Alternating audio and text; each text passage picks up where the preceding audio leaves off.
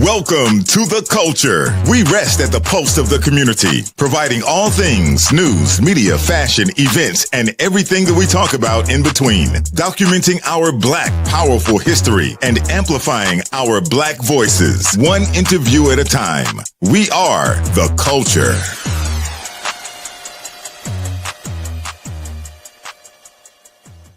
Hi, and welcome to another edition of The Culture. I'm your host, Jessica Modkins. Thank you so much for joining us. If you didn't get a chance to see our show from last week, make sure you go back and check it out.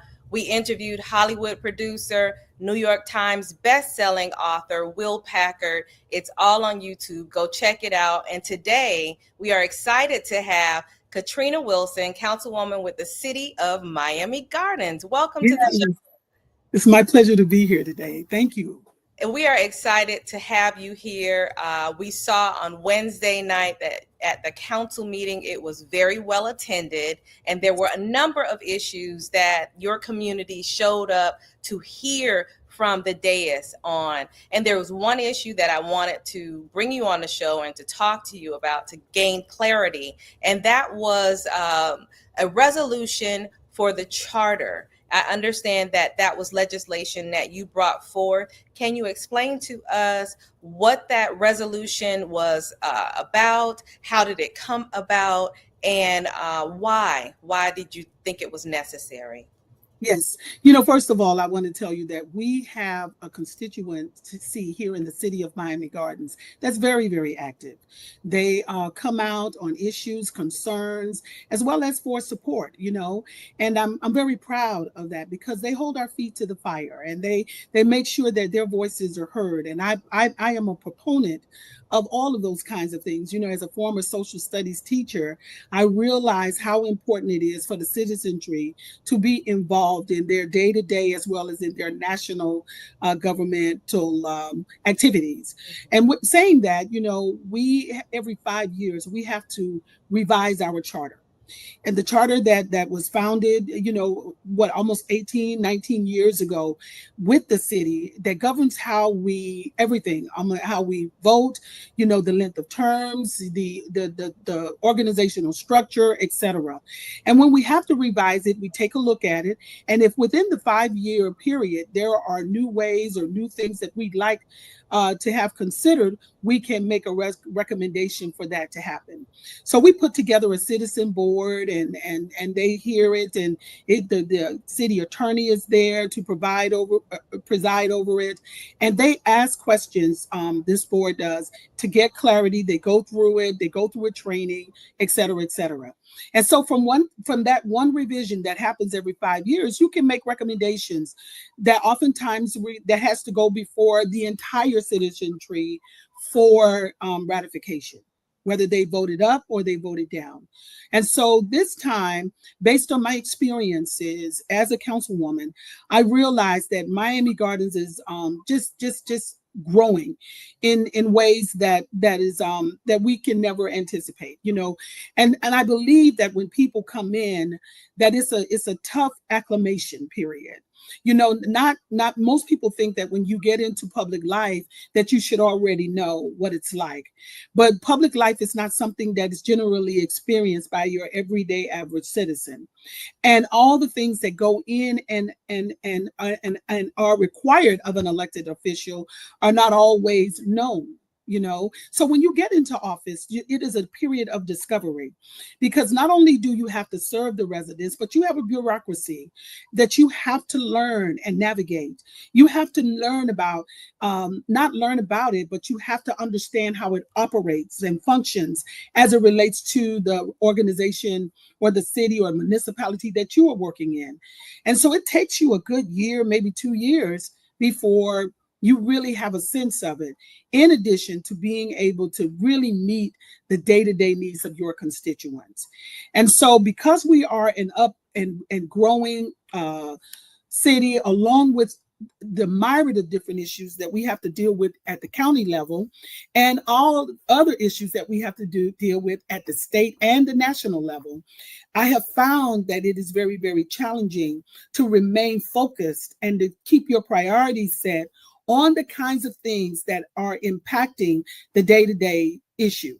And so I figured, I said, when people get in here, the residents sometimes can become disenchanted, and they do so because they don't feel like you're getting anything done. And I realized that that came from the fact that you don't have enough time. It isn't enough time to carry out the actual items that are on the table. And so people say, well, we've been talking about this for decades. And a large part because the people have changed. And when the people change, then the priorities shift. And when the priorities shift, what was important 4 years ago is not the thing that's important 4 years later because somebody else is in the seat. So what I wanted to do is to say to our residents, what do you think? We can't vote on it as council people. We can't vote ourselves an additional term. The only thing that we can do is put it to the voter and see if the voter says yes or see if the voter says no. That's the way our organizers set it up. That's the way it is. And so I thought it was something that would merit the attention of our voters. And if they felt that 8 years, 2 terms was sufficient, then that would be acceptable to me. But, I don't believe that 40 people can make that determination, right? And I know that some people are for, and I know that some people are against it. And I think that, because I proposed it, it seems as if I'm being self-serving. And Right. I'm not, I just believe that in the charter, it states that the council doesn't have the ability to make a change, only the people. And so when the people came to the council meeting, they said, you don't have the right to put it on the ballot. And I don't believe that because it's 40 of you and we have a whole population and city that many people may feel the same way as you do, and many people may not. But the most important thing is that they feel as if they are heard. The demographics in our city are tremendous. I mean, they are wide range. We're very diverse. Our earnings are it's very diverse in almost every arena that you have in people's positions and people's ideas and concepts and value systems vary, but they all have one thing in common, and that is that they deserve to be heard. They deserve to be heard. Yes, no, I don't want it. I do want it, but everybody deserves a right to be heard. And so for me, because I believe that is my value, um, you know, there are people who don't want it to be heard. And the personal attacks that have lingered for the last year, 6 months, the bullying, because at one point I said, okay, I'll drop it. I'll leave it alone. And we had a group of residents that continue to come and just bully every meeting. We say no, we say no, we say no. And I said, but I'm going to leave that alone. And given the current climate, I'm saying, how can you just use this tactic to bully people into not having one of the most fundamental rights that we guarantee in America? And that is the right to be heard, the right to go to the ballot box, the right to participate in our democratic government. Why should you determine 40 people, determine what the rest of the 100,000 are going to have access to? If I can't do it as an elected representative of the people, if our charter and founders of our city said that it is a people's decision, then why shouldn't we take it there? Mm-hmm. Why shouldn't we take it there? And so the messages, the misinformation that was given out, the people saying that, these 40 or so people advocating for things that just are simply not true. It's simply not true. And I don't like to operate in fear. And I don't want any of our residents to feel fearful to have a different point of view. And I was somewhat saddened at my reaction. And one of the things I kind of pride myself on is the ability to maintain my calm. But as I realized, I am human. I am human, and I give my all to anything that I'm involved in and that I believe wholeheartedly in. And I believe in the people. Mm-hmm. What do? And I accept their out, I accept them coming in and saying to me, Councilwoman, I know that you've sponsored this. I don't like it. I don't want you to do it. I've met with them and this group that was there. I've met with them. They expressed their concern. I understood it. And Jessica, honestly, I pulled it. I pulled back. But they did something that really violated me. And that was that they continued to call me a lie. Mm. Like I said, I'll pull it. I pulled it. I took the item. I left it down. And you can check the record and how many times they came back to the council and we told you no. I said, I pulled it. Why are you here again? Mm-hmm. We told you no. No means no. And by the way, just bullying. Bullying. And I mean, I was somewhat astounded. So suddenly what came to me is that this was about something more. Yes. It wasn't about the third term. It wasn't about, letting voters be heard. It wasn't about this was about something else that we should not, as anybody, have to be bullied. Mm-hmm. Because somebody else thinks that they can threaten you, that they can take you and put your back up against the wall, that you can acquiesce and say, okay, I hear you, and I'll accommodate your request. And yet they continue. They continue to mislead innocent people. They continue to join together with others under false narratives. They continue to make people think one thing and it's nothing further than the truth. I think we have a problem, Houston. We have a problem. And I am not going to let that happen. Mm-hmm. I can't. I can't. I have a value system and I have my own integrity. And like I said, I wasn't proud of myself, for losing my cool like I did. I was not. But when people attack you personally, when they call you and slander your name, when you've gone the end to do whatever they've asked you to do, and they still, then it's not about the issues. Right. It's not about the real issue that's on the table. It's about something else. And whatever that is, maybe we need to get to the bottom of what the real issue is, because it isn't taking this issue to the voters, because they had that done. So, Councilwoman Wilson, I believe that the people put you in place because they are a fan of your passion. And that is what residents across the country, that's what we want from our elected officials. We don't want anyone that's mediocre. We want someone who is going to get down and get to the bottom of things. And so I believe that that is what transpired on Wednesday night and what the people saw. What is the point at now?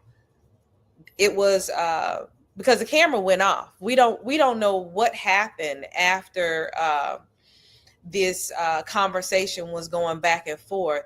Where are the constituents now, and as it relates to this matter? What my plan was is I was going to pull the item. I was going to pull the item once again, and be able to say to them that I followed your process, but you didn't follow yours, right? I had pulled the item before, and you continued to make a narrative or create a narrative that served another agenda, right? And I wanted to go on record to let the constituents who were going to view that video understand that this was not about me trying to seek a third term for myself. That was not my intention. My intention was to say to them, as your councilwoman and for the future of our city, here is what I believe that we need to consider. Here is what I believe that you guys got to go in as voters and make some strong decisions about.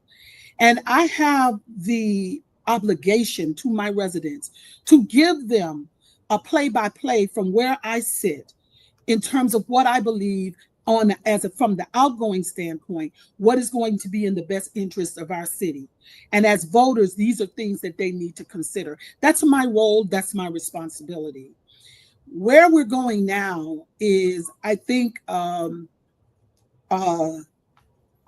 we may have a group of people that are interested in running for political office. And the way that they might choose to do it is through sensationalism. They may think that the way you do this is that you find all kind of dirty things and you slander people and you create narratives that are really non-existent. You follow what I'm saying? And they haven't read our strategic plan. They don't know where we're headed. And because they don't know where we're headed, I would say the very young and sometimes the very old are in a place where they don't know what the in-between motives are for doing what they're doing. And so when you try to give another voice to it, you are shouted out, you are threatened, you are called names, you are attacked both professionally, personally, and on every turn. And I think that our activism doesn't need to be that. Our activism needs to be about learning, understanding the system, and really advocating for what it is that you need to happen in your community. And that's called productivity. That's called intellect.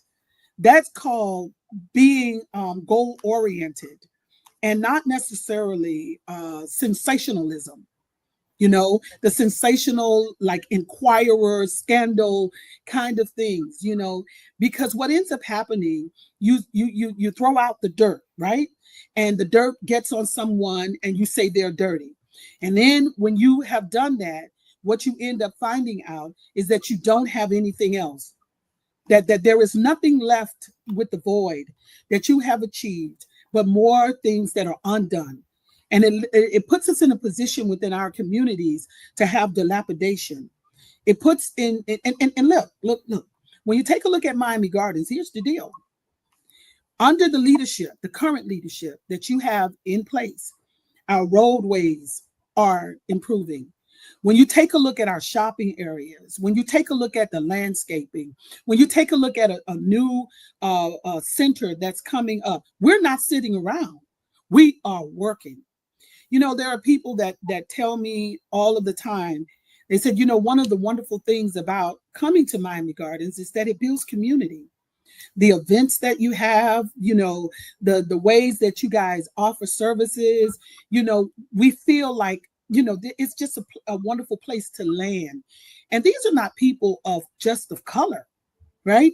These are international people that come in for stadium events and want to sit down and have some of the food that we have. They feel safe walking down our streets.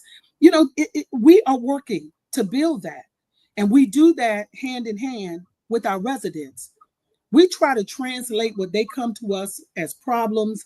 And I'm talking about real problems. I'm not talking about fabricated, motivated efforts to self-aggrandize, but rather things that really are going to impact the day-to-day quality of life of the people that call our city home.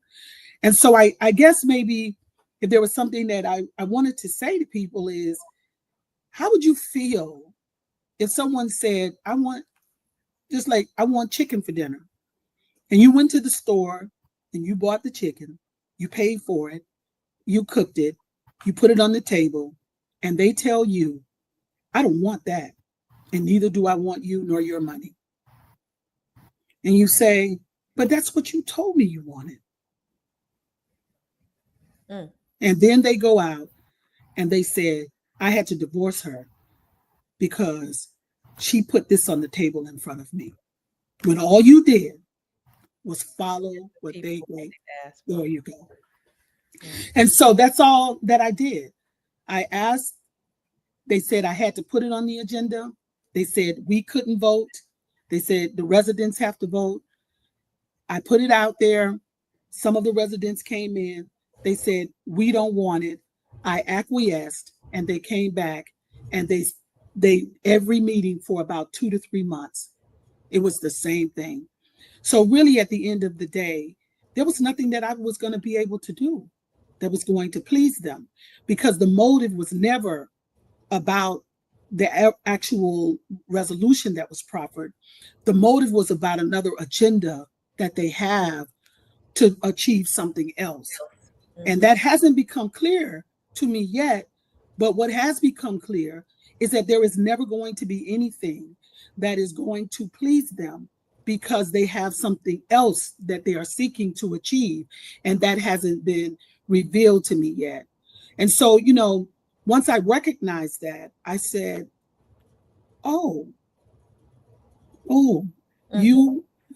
this is what you call abuse. This is what you call bullying.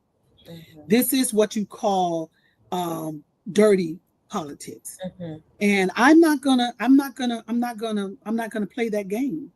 I can't. I just cannot. And so if the voters, my position is that if this goes before the voters, let them decide. What's the harm? So where are we with the resolution? Well, we didn't finish the meeting. Okay. We didn't finish the meeting, and so it didn't come to a vote whether we were going to put it on a ballot. But really, the only thing that the resolution said was I was to direct the city clerk to engage with the Department of Elections to find out what would be required to place this item on the agenda. That's what the resolution was. They did not even want us to explore so that we could continue to make solid decisions about whether or not that was something that we would do. And so I don't understand why that tends to be a problem, because they're going to be privy to every single thing that we move on. I mean, I don't have a reason to want to exclude them from anything, because I believe that we have some of the brightest residents in the country. I really do. They are incredible people. And if they will go through it, they'll make a decision, and whatever it is that they decide, I might not agree with it. I voted for someone different for president on numerous occasions when the person that I chose lost. But guess what? They were still my president. Okay. And so it's the same thing with this item. I proffered it, and if it fails, it fails. So you proffered the item, it wasn't able to be voted on, and the vote was to ask the city manager to do something of an exploration to find out what would need to happen in order for this to come to fruition. It is not that the dais was going to be making a determination in how the charter would change and changing the charter. That is not factual. It was not factual. And the goal was to find out from the clerk and then go and have town hall meetings in each area so that we could get a sense of what the temperament of the voters were. I'm not here to try to force anything. I need to hear from them. I need their feedback. And I always desire to have it. And again, I don't necessarily, care if people agree with me or not, but I do care about hearing their voice. I do care about understanding where they're coming from their position, so that I can be better able to serve. Because there is a part of you when you're a public servant that has to die in order for the work to continue. You have to be able to say, this is not really about me. But again, I will say to you that I'm human.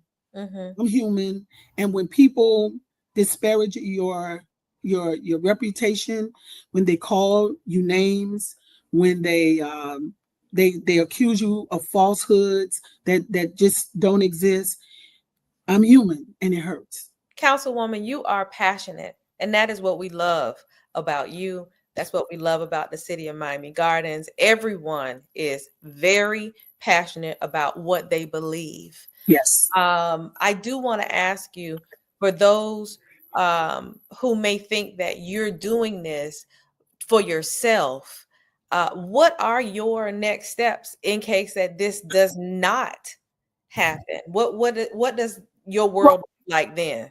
well, you know what? Here's the deal. The truth of the matter is that I have not decided whether I would run again. I haven't decided that. You know, how part of this is being able to say what is going to keep us successful. What's going to be able to keep this city moving forward? You know, I led the effort to build a strategic plan. And I'm looking and I'm saying, who's going to be able to carry these tasks out? Who's going to go through this strategic plan and say, I'm going to take 5.1. And the other one that says, I'm going to take 7.3. And for the next 8 years or the next however long they are going to have, that's going to be the thing that we're going to be able to hold their feet accountable. People say, well, one of the speakers said, well, Martin Luther King didn't live to see. But the real deal is that all the way through he was fighting, all the way through, and to the point where it cost him his life. Right. Okay. So my point in saying that to you is that even as our President Obama, President Clinton, that they left the seat, they never stopped working. See, what people don't understand about Katrina Wilson is that I had a career. I have a career. I worked all the way through. I've always had things that I have done. And this doesn't define me. I have defined it. You see what I'm saying? I will continue to be a person who is concerned about the place that I call home. I will continue to follow what God tells me to do. And that's what I've done, and I when I prayed over this, I said, this is what I think that God is saying to me, that these folks who come behind you are going to need a little bit more time to get the job done. I'll say this to you, like in my area, our water is provided for by North Miami Beach. And in our community, we are seeing people moving out quite a bit. So I started to walk around and ask and ask and ask. And one of the common factors is that the water bill is $300, $400, and $500 a month. You hear what I'm saying? So we have been fighting that battle for almost a decade, because on one side of the street, Miami-Dade provides the water, and their water bill is $150 every 3 months. And right across the street, people are paying upwards of $400, which means that they can't live. Every month or every 3 months? Every month. That's what I'm trying to tell you. So the fight for that has been going on for quite some time. So who's going to pick it up? And we need people ready to get in there and take the charge. And I'm not suggesting in any way that no one is, but what I'm saying that I think that people look on Facebook and they see you take a picture and they see you being honored. That is not what this is about. Tell us some of those initiatives that you have spearheaded during your time as councilwoman. Okay. Like in the city of Miami Gardens, 836, I think it's 836 or 826 runs right through our city. And right now, the Department of Transportation is doing all sorts of construction to widen the roads to the stadium into downtown Miami, the whole 9 yards. But when you go under the underpass, Jessica, of our city, it is filthy. Filthy.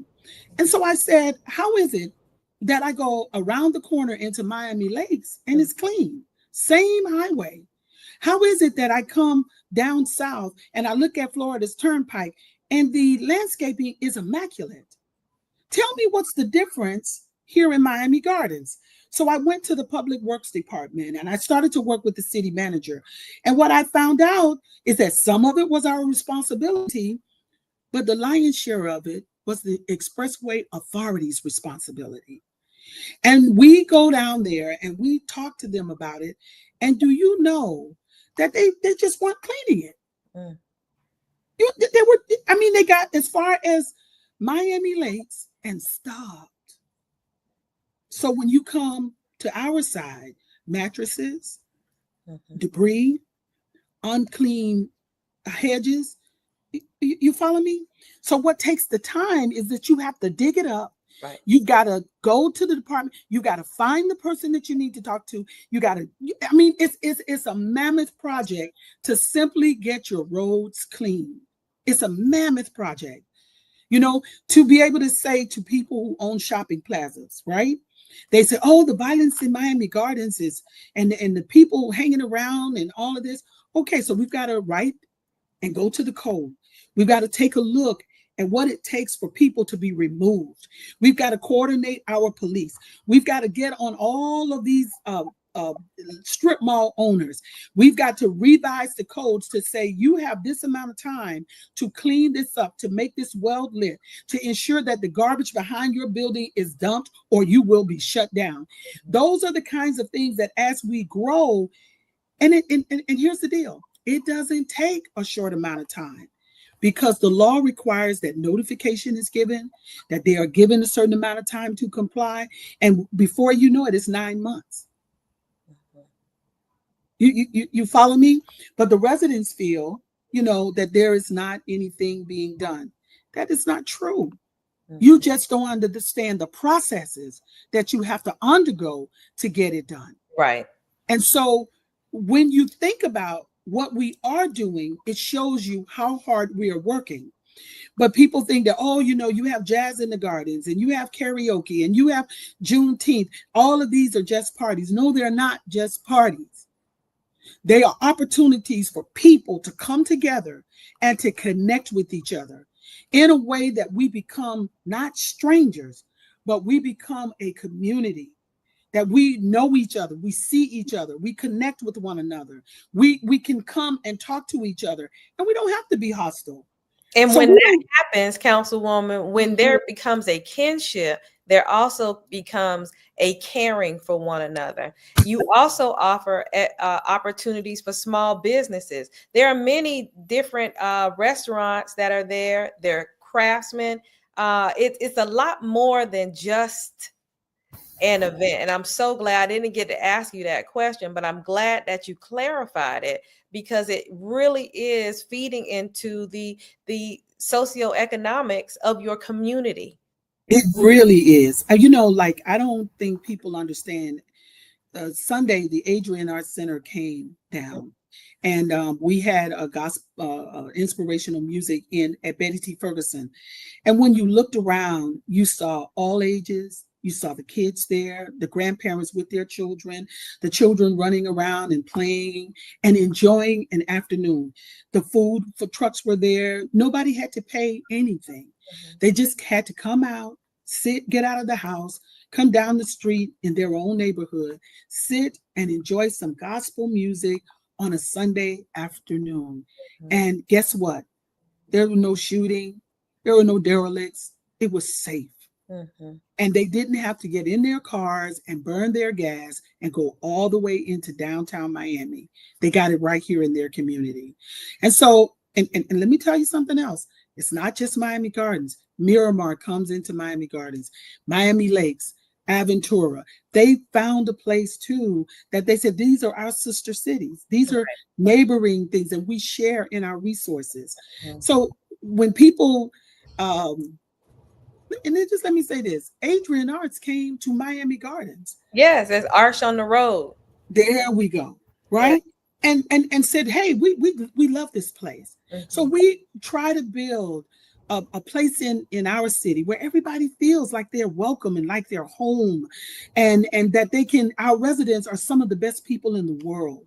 Do you hear me? They are. Well, I want to thank you for coming on to The Culture, for clearing the air, and informing our listeners and viewers of the process, because it's so important to get understanding. Yeah. You have to have understanding, and that's what we stand on here at The Culture. So, Councilwoman Wilson, thank you so much for joining us. I hope the next time I call, you answer the phone and you're able to come back on and get something else that's going on. Thank you so much. Thank you for your time. At Culture Family, we appreciate you. We'll see you this time next week, right here.